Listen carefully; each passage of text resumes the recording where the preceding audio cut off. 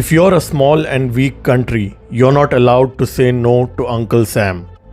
If you do say no, then be prepared to face the consequences. This is the notion that a lot of countries in the world have. The current crisis in Sudan has killed more than 400 people and injured more than 3,500 people. It started in April 15th. The current conflict is not just happening in the capital Khartoum, but it has spread across multiple cities and towns. But there's more to this. It's not just about Sudan. It's about global geopolitics. It's about a Russian naval base that was proposed to be built in Sudan, and it was greenlit in February earlier this year. Post that, certain suspicious incidents happened which led to this current conflict. In this video, I'm going to talk about the same.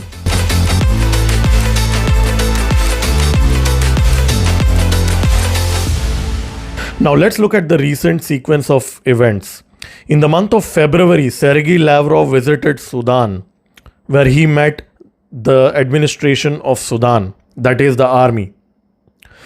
The then army chief and army officials publicly declared in a press release that they have completed their evaluation of Russian proposal to set up a naval base in Red Sea in Sudanese port. The very next day, they issue a statement that Sudanese government accepts the proposal of Russia to set up a naval base in Red Sea. Now, immediately after 8 to 9 days, the commander of Rapid Support Forces, who is also known as Hemeti, suddenly, all out of the blue, makes statement in a televised address that he opposes the army chief because he believes that the earlier dictator Bashar had some people in the new political party which this army chief supported in the new government that they proposed. Hemeti expressed his displeasure over the army chief's next steps towards forming a new government. In 2019, the army chief and this commander formed a coup in Sudan. They dethroned the previous dictator Bashar. After the coup, it was decided that a civilian democratic government would be formed in Sudan, and the paramilitary force, which was headed by Hemeti, would merge with the forces of Burhan, who is the army chief. And largely, Commander Hemeti has always been supportive of this. There have not been any major differences or conflict between the army chief and the commander of RSF. But why all of a sudden, in the month of February, suspiciously immediately after Sergey Lavrov's visit and approval of the port of Sudan for a Russian naval base, all of a sudden Hemeti started speaking against the army chief? You see, in the month of September, United States ambassador to Sudan issued a warning that if Sudan approves the proposed naval base in Red Sea, United States would make sure that Sudan is isolated. And when United States gives a threat, usually if the country is small, the recipient is small, there is a follow through. You see, Red Sea is a very strategic place in the world map. More than 10% of the world trade happens from Red Sea. Majority of the trade that happens from Asia to Mediterranean Sea goes through Red Sea. In fact, China has a naval base in Djibouti.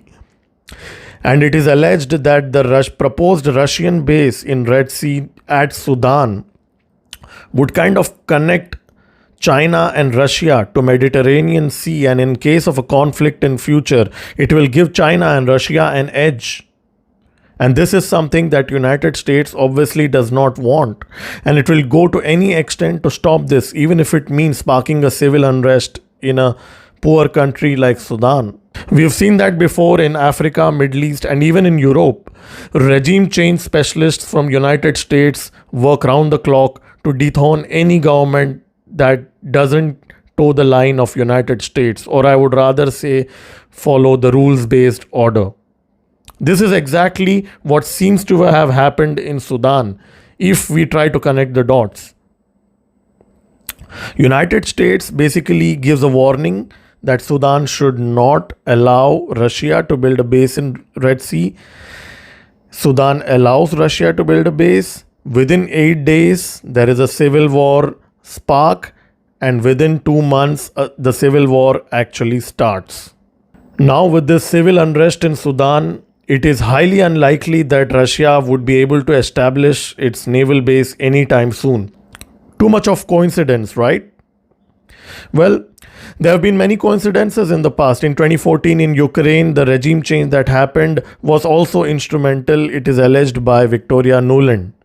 She addressed European Union as "fuck the EU" in one of her conversations with the US ambassador of Ukraine in those days. That's the kind of attitude United States showed to its own ally Europe. When it comes to countries like Sudan, United States might not even take a week to any kind of disobedience to United States policy.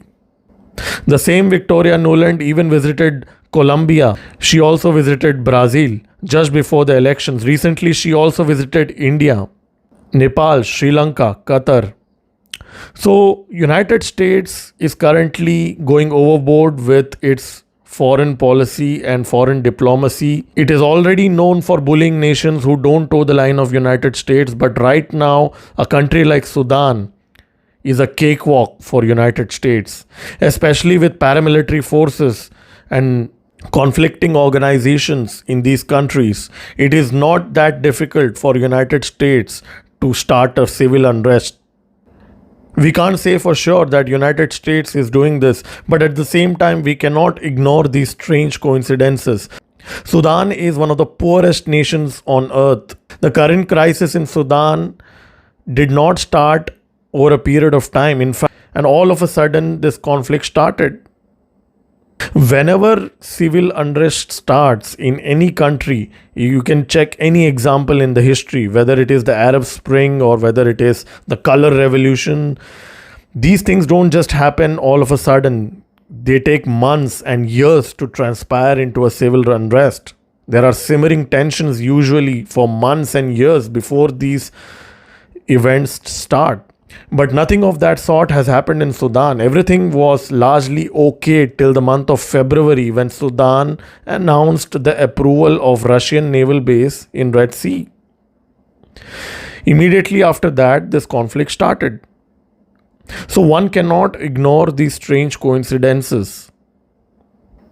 In the current Russia-Ukraine conflict, or I would rather say Russia, US and Europe conflict, to what extent United States will go to make countries toe its line is something we need to see. This is Digrish signing off from this video. Do like this video and subscribe to my channel. I'll keep posting more videos. Stay tuned.